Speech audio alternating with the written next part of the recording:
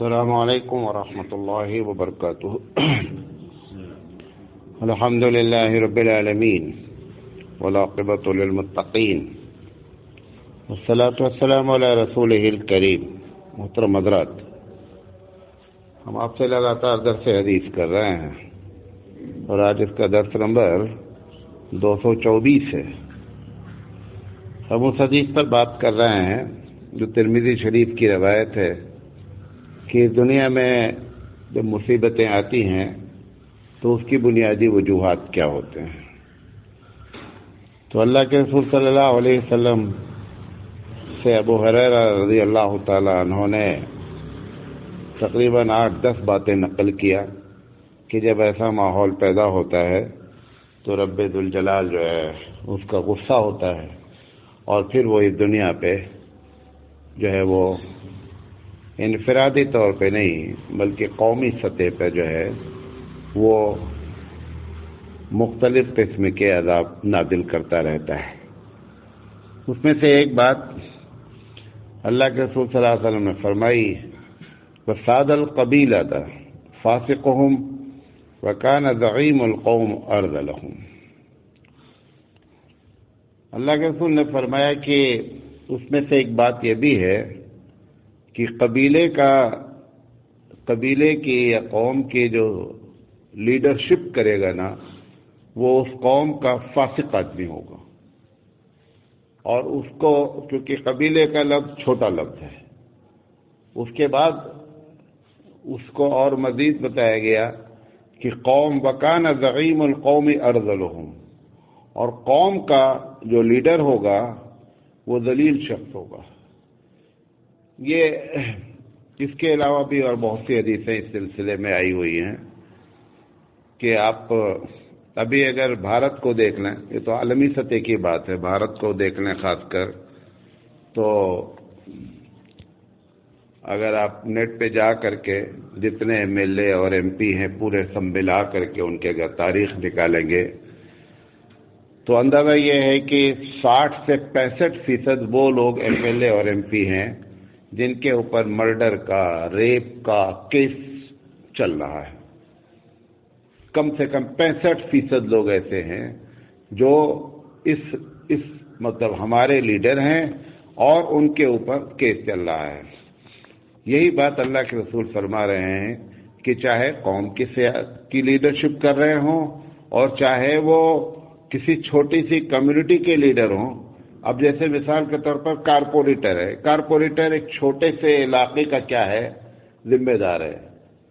آپ کے شہر میں ابھی الیکشن ہوا ہے، 50-60 لاکھ روپے لوگوں نے لگا کر کے الیکشن لڑے، ہارے جیتے وہ ایک الگ مسئلہ ہے، کیوں لگا رہے ہیں؟ اور آپ کے پاس چوائس ہی نہیں رہ گئی ہے۔ مطلب اگر آپ یہ سوچیں کہ میں شریف آدمی کو ووٹ ڈالوں گا، یہ اگر آپ طے کر لیں گے تو آپ ووٹ نہیں ڈال سکتے، آپ گھر بیٹھے رہیں گے، ووٹ نہیں ڈال سکتے ہیں۔ بہت پہلے فقہاء نے اس سلسلے میں بات لکھی تھی کہ اگر سارے چور اکٹھا ہو جائیں اور یہ ہو کہ ایک چور کو چننا ہی چننا ہے، تو انہوں نے کہا کہ چھوٹی مصیبت اختیار کر لو بڑی مصیبت کے مقابلے میں۔ لیکن اگر یہ کوئی طے کر لے بھارت کا ناگرک کہ صاحب مجھے شریف آدمی کو ووٹ دے رہا ہے، تو 65% لوگ ووٹ نہیں دے پائیں گے۔ اچھا، ہم سب جانتے ہیں کہ یہ قوم کا کرپٹ آدمی لیکن مجبور ہے، کیونکہ اب شریف لوگوں نے اس لائن میں جانا ہی کیا کر دیا ہے، بند کر دیا ہے۔ بند کیا کر دیا ہے؟ جانا بھی چاہیں۔ ابھی مجھے اسی شہر میں معلوم ہوا کہ ایک صاحب جو اچھے آدمی تھے، کارپوریٹر کے الیکشن میں لڑے ہوئے، اس علاقے کے بدماش نے ان سے جا کر کے کہہ دیا کہ کنونسنگ نہیں کرنا آپ۔ وہ شریف تھا، بھلے جیتتا یا نہ جیتتا، لیکن اس بدماش، اور وہی بدماش جیتا، اس علاقے سے وہی بدماش جیتا، اور وہ کسی کے دروازے تک نہیں جا سکا کیونکہ اس کو جا کر کے، کیونکہ بدماش ہے وہ تو حدیث میں ہی بیان کیا جا رہا ہے کہ قوم کا فاسق یا قوم کا جو ہے وہ ذلیل شخص کیا کرے گا، لیڈرشپ کرے گا۔ یہ اس میں ہم کو زیادہ آپ کو سمجھانے کی ضرورت نہیں ہے، یہ ایک عام سی بات ہو گئی ہے سیاسی لحاظ سے. اگر آپ اس کو مذہبی لحاظ سے دیکھیں تو آپ اپنے شہر میں دیکھیں تو پورا بھارت کا نقشہ بھی آپ کے سامنے آ سکتا ہے. کتنے ایسے متولی ہیں مسجد کے جو 5 وقتہ نمازی تو درکنارے جمعہ بھی نہیں پڑھتے ہیں. کس کے متولی؟ مسجد کے متولی ہیں. تو مسجد کی لیڈرشپ کس کے ہاتھ میں دے دی گئی ہے؟ اس شخص کے ہاتھ میں دے دی گئی ہے جو نماز نہیں پڑھتا ہے. تو اگر مذہبی لحاظ سے بھی آپ دیکھیں تو ایسا نہیں ہے کہ آپ کو کوئی بہت دور جانا پڑے گا، آپ کو خود معلوم ہو جائے گا. اور ایک تیسری چیز یہ بھی ہماری جو ہے وہ قوم کی زوال کی نشانی ہے. پورے بھارت میں اس وقت جو مذہبی جماعتیں ہیں، مذہبی جماعت کا لیڈر دین سے اس کو علم نہیں ہے لیکن وہ مذہبی لیڈر بنا ہوا ہے. پورے، چاہے وہ جماعت اسلامی کے لوگ ہوں، چاہے تبلیغی جماعت کے لوگ ہوں. آپ پورے بھارت کے شہر کے امیر کو کہ یہ اس شہر کا امیر ہے، دین اس کو، یہ عالم ہے، دین اس کو کتنا معلوم ہے، اس سے بہترین 90% وہ لوگ امیر ہیں اس وقت قوم کے کہ جو عالم نہیں ہیں. میری یہ بات سمجھ میں نہیں آتی ہے، دین سب سے زیادہ جانتا کون ہے؟ عالم. عالم کو آپ امیر بنانے کے لیے تیار نہیں ہیں. چھوٹی سطح پر آ جائیے. میں اسی لیے برا ہوں کیونکہ کوئی نام لے کے بولے گا کیوں؟ جس کا نام لوگے وہ تم کو گالیاں دے گی. گالیاں دیتے ہیں، آتی ہیں گالیاں، واٹس ایپ پر گالیاں آتی ہیں. لیکن آپ اپنے شہر سے لے کر کے پورے بھارت کو دیکھیں، سب کا یہی معاملہ ہے. اب یقینی بات ہے کہ ایک ایسے شخص کو آپ نے دینی جماعت کا امیر بنایا ہے جو عالم نہیں ہے، وہ کیا کرے گا؟ وہ جو کرے گا کر رہا ہے. بددینی جو پھیل رہی ہے، آپ سمجھ رہے، بددینی پھیلنے میں 3 لوگوں کا ہاتھ ہے بھارت میں. پہلا، یہ ممبر کا ہاتھ ہے. ایسے لوگوں کو آپ نے ممبر دے رکھا ہے کہ جن کے اندر صلاحیت نہیں ہے، وہاں سے نمبر 1 پھیلایا جا رہا ہے. نمبر 2، مدارس میں ان لوگوں کو سے پڑھوایا جا رہا ہے کہ جو حقیقت میں اس کی صلاحیت نہیں رکھتے ہیں.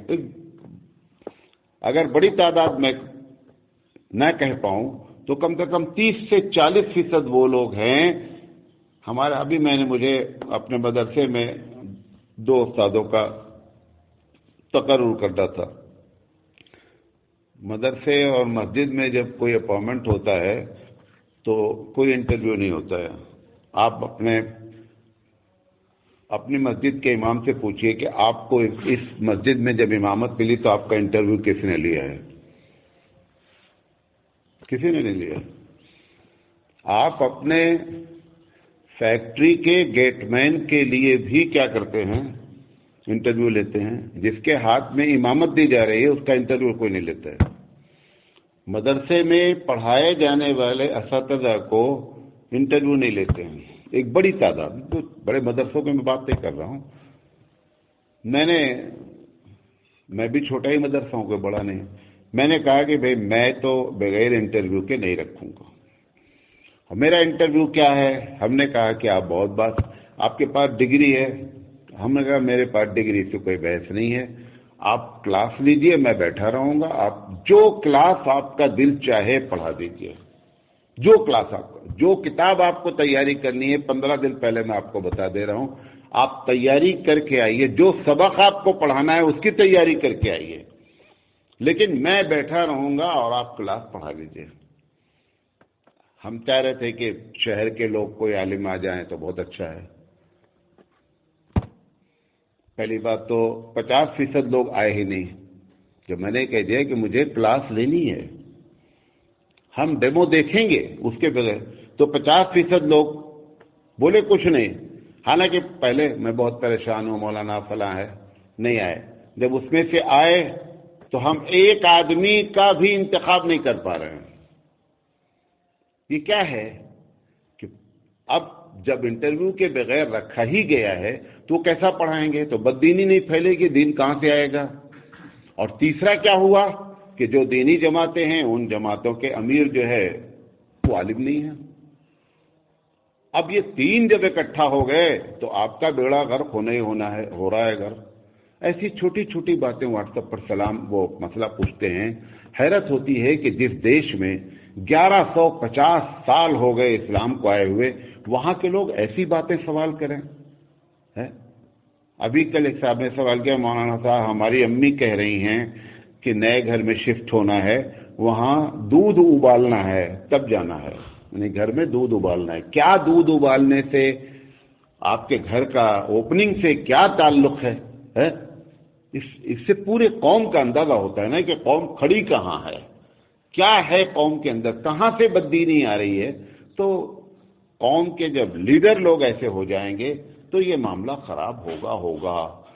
اچھا میں آپ سے بولوں، آپ میتھ کے پروفیسر بن جائیے اور آپ کو میتھ نہیں آتی، آپ کی کیا ذمہ داری ہے؟ آپ بولیں بھیا مولانا صاحب یہ ذمہ داری مجھے نہیں دو، ہے نا، کیونکہ آپ کو میتھ نہیں آتا ہے۔ ایک آدمی کہنے کے لیے تیار نہیں ہے کہ مجھے امیر نہیں بناؤ بھیا، میں تو اپنا نام صحیح نہیں لکھ پاتا ہوں۔ آپ ایسے آدمی کو امیر بناؤ جو دین جانتا ہو، دین کی آپ اور میں نہیں کہہ رہا ہوں، دو طریقے کے ایڈمنسٹریٹر ہونا چاہیے۔ ایک ہوتا ہے کسی جماعت کو رن کرنے کے لیے دینی جماعت کو، اور ایک ہوتا ہے جماعت میں ایڈمنسٹریٹو۔ آپ ایڈمنسٹریٹو دوسرے لوگوں کو رکھیے، لیکن اس کا جو شعبہ دین ہے اس کا امیر کیا ہونا چاہیے؟ عالم ہونا چاہیے۔ یہ بغیر عالم کے جو امیر بنا رہے ہیں، ٹھیک ہے ہو سکتا ہے کہ بہت اچھا منتظم ہو، کیونکہ جماعت میں دونوں چیزوں کی ضرورت ہوتی ہے۔ آپ انتظام میں اس کو رکھیے، وہ چاہے انجینئر صاحب ہوں، چاہے ڈاکٹر صاحب ہوں، چاہے پروفیسر صاحب ہوں، جو بھی ہوں، لیکن یہ کہ دینی معاملے میں بھئی ڈاکٹر ذاکر نائک بہت بڑا اسکالر ہے، میری ذاتی طور پہ ملاقات ہے۔ کہاں پہ پرابلم کھڑی ہوئی؟ آپ نے ایک ٹاپک چنا کہ دو مذہبوں کے درمیان میں ہم کمپیئر کر کے دنیا والوں کو بتائیں گے کہ صاحب ہندوازم اسلام میں، کرسچن اسلام میں، یہودی اسلام، یہ سب کو ہم موازنہ کر کے بتائیں گے کہ ہمارا دھرم بہت اچھا ہے۔ اس کا وہ ماسٹر آدمی ہے۔ پرابلم کہاں آئی؟ پرابلم آئی کہ جب انہوں نے فقہی مسائل چھیڑنا شروع کر دیا۔ کیوں؟ کیونکہ وہ اس کے آدمی نہیں تھے، لیکن اب قوم نے ان کو مان لیا کہ صاحب ان سے بڑے مولانا کوئی نہیں ہے، تو جو انہوں کو کرنا تھا وہ انہوں نے کر دیا، وہ ہو گیا۔ مولانا سلمان صاحب اور ڈاکٹر ذاکر نائک تینوں بیٹھے ہوئے، مولانا سلمان صاحب نے باقاعدہ ان کے منہ پہ کہا، میں بیٹھا تھا، کہا کہ ڈاکٹر صاحب آپ فقہی مسائل چھیڑنا بند کر دیجئے، کیونکہ آپ اس لائن کے آدمی نہیں ہیں، آپ بہت اچھے اسکالر ہیں، کس چیز کے؟ ایک فیلڈ آپ کے، آپ اس پہ کام کیجیے، لیکن نہیں، ہم دین کے مسئلے بھی بتائیں گے۔ بتاؤ بھائی، جو نتیجہ نکلنا تھا نکل آیا۔ ایسے ہی آپ کے سب چیزوں میں مسئلہ نتیجہ نکل رہا ہے۔ یہیں شہر میں ابھی جماعتیں بنی ہوئی ہیں، مسجد جماعت ہوتی نا، جماعت سے مراد وہ آپ کے جو مسجد کی جماعت ہوتی ہے، نکاح کا مسئلہ، طلاق کا مسئلہ، وہ جماعتیں دو مل کر حل کرتی ہیں۔ وہ جماعت والے کبھی کسی عالم کو لے کے جاتے ہیں کہ بھیا طلاق کا مسئلہ ہے، چلو حل، آپ بھی ساتھ میں چلو۔ وہ آدمی جن کو طلاق یہ نہیں معلوم ہے تے سے لکھی جاتی ہے یا تو سے لکھی جاتی ہے، وہ جا کر کے طلاق کے مسئلے میں دونوں جماعت بیٹھ کر کے بات کر رہی ہے۔ کیا حماقت کی باتیں ہیں، کہاں قوم کو لے جا رہے ہو؟ یہیں شہر میں ایک صاحب نے کہا، یہ جماعت کا معاملہ تھا جو نکاح طلاق کا، انہوں نے کہا مولانا سراج صاحب کو ساتھ میں لے لیتے ہیں۔ انہوں نے کہا اگر مولانا سراج کو تم نے لیا تو مسئلہ قطعی نہیں حل ہوگا۔ تو انہوں نے کہا بھیا کیوں نہیں حل ہوگا؟ انہوں نے کہا وہ دین کی باتیں کریں گے، شرعی لحاظ سے بات کریں گے، مسئلہ نہیں حل ہوگا۔ اب آپ قوم اندازہ کرے، جملہ بولے کہ میں اپنا مسئلہ غیر شریعت کے حل کرنا چاہتا ہوں، ایسے قوم کا بیڑا اگر غرق نہیں ہو تو کیا ہوگا؟ کون بچانے والا آپ کو؟ کوئی نہیں بچا سکتا ہے۔ لہذا جو حبیب مصطفیٰ، اور دوسری حدیث پہ ہے کہ عالم بیٹھے ہوں گے اور جہلا کیا کریں گے؟ فتوے دیں گے۔ 5 وقت کی نماز پابندی سے پڑھنے لگتے ہیں، مفتی بن جاتے ہیں، مفت کے، جو دل چاہتا ہے بولتے ہیں، جو دل چاہتا ہے بولتے ہیں، کبھی نہیں سوچتے ہیں کہ ایک غلط فتویٰ دینے پر جب کوئی آدمی اس کے اوپر عمل کرتا ہے، تو کتنا بڑا گناہ ہوگا اگر اس نے اس کو اور 10 لوگوں کو بتا دیا، اس نے 50 کو بتا دیا. لیکن نہیں بھئی، آپ کی فیلڈ نہیں ہے، آپ صاف صاف کہہ دیں کہ بھئی یہ میری فیلڈ نہیں ہے. لیکن حبیب مصطفیٰ کی ایک ایک پیشین گوئی سچ ہونی ہے، اور افسوس کی بات ہے کہ وہ ہم پر سچ ہو رہی ہے. یہ ایک افسوس کی بات ہے، ہونا تو ہے ہی ہے، اس کو کوئی ٹال نہیں سکتا. کیونکہ جو آپ نے مستقبل کی باتیں بتائی ہیں وہ کس کے بتانے پر بتائی ہیں؟ اللہ کے بتانے پر بتائی ہیں. قرآن کریم کہتا ہے وَمَا يَنطِقُ عَنِ الْهَوَىٰ إِنْ هُوَ إِلَّا وَحْيٌ يُوحَىٰ. یہ وہی بولتے ہیں جو پروردگار عالم ان کو بولتا ہے شرعی امور میں. حبیب مصطفیٰ اپنی طرف سے کچھ نہیں بولتے ہیں. جو اللہ نے بتایا کہ محمد صلی اللہ علیہ وسلم ایسا ایسا ہوگا آپ کی امت میں، حبیب مصطفیٰ نے وہ بتا دیا، اور وہ سب ہو رہا ہے. بس افسوس یہ ہے کہ آپ دعا کریں کہ ہمارے اوپر وہ پیشین گوئیاں چسپاں نہ ہو. لیکن ہمارے اوپر ہی وہ کیا ہو رہی ہیں، پیشین گوئیاں کیا ہو رہی ہیں، چسپاں ہو رہی ہیں. تو جماعت کے لحاظ سے آپ دیکھیں، مسجد کے متولی کے لحاظ سے دیکھیں، 2 جماعتیں نکاح طلاق کا مسئلہ حل کرنے جا رہی ہیں. آپ کو لیٹر نہیں آتا ہے؟ مجھے تو یو پی میں یہ سب چکر خیر نہیں ہے. آپ منگنی کب کر رہے ہیں، شادی کب کر رہے ہیں، نہ جماعت والوں کو پتا، نہ جماعت کسی کو نہیں پتا. اپنا پرسنلی طور پر آپ کے پاس مسجد میں خط آتا ہے بھیا ہماری لڑکی کی منگنی ہے. آپ نے کبھی اس کو بتایا ہے جا کر کے کہ منگنی کا شرعی حکم کیا ہے؟ وہ بھی جاہل ہے. اور اس جماعت کو بھی جا کر کے لیٹر دیا ہے کہ منگنی ہمارے یہاں ہونے جا رہی ہے اور بھیا ہم جماعت میں شامل ہیں. آپ ایک مرتبہ جا کر کے جماعت والے جو مسجد کی جماعت ہے جا کر کے بولیں کہ منگنی شریعت میں کچھ نہیں. آپ کی ہمت ہی نہیں بولنے کی. کیوں؟ کیونکہ تم نے خود سب نے منگنی کر رکھی ہے. کیسے جا کے بولو گے؟ تم نے خود شریعت کے خلاف نکاح طلاق کر رکھا ہے، کیسے جا کے بولو گے؟ بول ہی نہیں سکتے ہو. نکاح ہو رہا ہے پورے شہر میں، 1000 مرتبہ بتا دیا کہ جب نکاح ہوتا ہے تو اپنی لڑکی کے نکاح کے وقت میں باپ جب موجود ہے تو باپ جا کر کے بیٹی سے بولے کہ میں بیٹی تیرا نکاح فلاں سے کر رہا ہوں. نہ وہاں گواہ کی ضرورت ہے، نہ وہاں وکیل کی ضرورت ہے. باپ خود ولی ہے، سب کچھ ہے. لیکن اتنی بے شرمی ہو گئی ہے کہ ہم باہر کے 2 آدمی پلس ایک وکیل صاحب 3 آدمی کو اپنے گھر میں لے کے جاتے ہیں اور جا کر کے بولتے ہیں آؤ ہماری عورتوں کو دیکھو آج انہوں نے بہت اچھا کپڑا پہنا ہے. شرم کی انتہا ہے. انلمیٹڈ مسلمان بربادیوں کی طرف جا رہے ہیں. کیوں لے کر گئے ہیں آپ اپنے گھر میں کسی غیر محرم کو؟ کیوں لے گئے ہیں؟ آپ کو نہیں معلوم ہے کہ اسلام میں پردے کا کیا حکم ہے؟ اس سے بھی بغیرتی کیا کہ جب نکاح ہو جاتا ہے اس کے بعد ہال میں لے جا کر کے میاں بیوی دونوں کو کیا کرتے ہیں، سب کے سامنے بٹھالتے ہیں. وہ اس سے بڑی بغیرتی ہے. کیوں؟ جب یہاں بغیرتی کی شروعات کی ہے تو وہاں بھی تم کو بغیرتی کرنی پڑے گی. اور اس میں کوئی دیندار اور غیر دیندار کی بات نہیں ہے، سب شامل ہیں. وہ جماعت والے بھی شامل ہیں جن کو لیٹر دیا گیا، وہ جماعت والے بھی شامل ہیں جنہوں نے نکاح کے نام پہ پیسہ لیا. جماعت کو پیسہ دو، فلاں کو پیسہ دو، 500 روپے دو.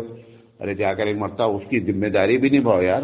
دینی جماعت ہو، جا کے بولو کہ یہ کیا کر رہا ہے تم، اسٹیج پہ لا کر کے اپنی بہو کو لا کر کے سب کے سامنے دکھلا رہے ہو. جا کے بولو پیسہ تو لے لیا تم نے 500 روپے، کس چیز کا پیسہ لیا بھائی؟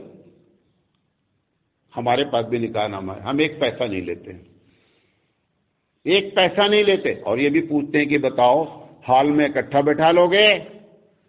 اگر بولا بھیا بیٹھیں گے، ہم نے کہا میرا نکاح نامہ نہیں چلے گا بھیا. میں ایسے لوگوں کو نکاح نامہ نہ نکاح پڑھنے کے، اور جہاں نکاح بھی پڑھتا ہوں پوچھتا ہوں، الگ بات ہے. میرے رہنے تک وہ کبھی نہیں بٹھاتا. میں جب وہاں سے چلا آتا ہوں بھلے بٹھال دیا ہو، ورنہ وہ ہال میں بٹھاتا نہیں ہے. حالانکہ میں پہلے پوچھ کے جاتا ہوں. اگر تمہارے ہال میں بٹھانے کا چکر ہے میں نکاح نہیں پڑھوں گا، میں نہیں پڑھتا نکاح. لیکن ہم کیوں پڑھتے ہیں؟ کیونکہ آپ نے قوم کے ایسے لوگوں کو دیا ہے جو نکاح پڑھائی لے کر کے بکتے ہیں، اپنے آپ کو بیچتے ہیں، چند پیسوں میں بیچتے ہیں. یہ دین کے ہمارے حالات ہیں. لہذا نہ سیاسی لحاظ سے جب بتایا گیا تو آپ کو بہت اچھا لگا. ہاں مولانا صاحب بول رہے ہیں سارے لوگوں کے اوپر ریپ کا کیس ہے 65% پر، وہ چھوڑ دو. آپ اپنے دین کے بارے میں پہلے سمجھ لو کہ ہمارے دین میں قیادت اور سیادت کا معاملہ کتنا بگڑا ہوا ہے. دعا بھی کریں اور عمل کرنے کی کوشش کریں. زندگی میں اپنی ذات پر نبی کی پیشین گوئی فٹ ہو رہی ہے، توبہ بھی کریں، اور توبہ کرنے کے بعد جو صحیح قدم ہے وہ صحیح قدم اٹھانے کی فکر کریں. اللہ تعالیٰ سے دعا ہے کہ اللہ تعالیٰ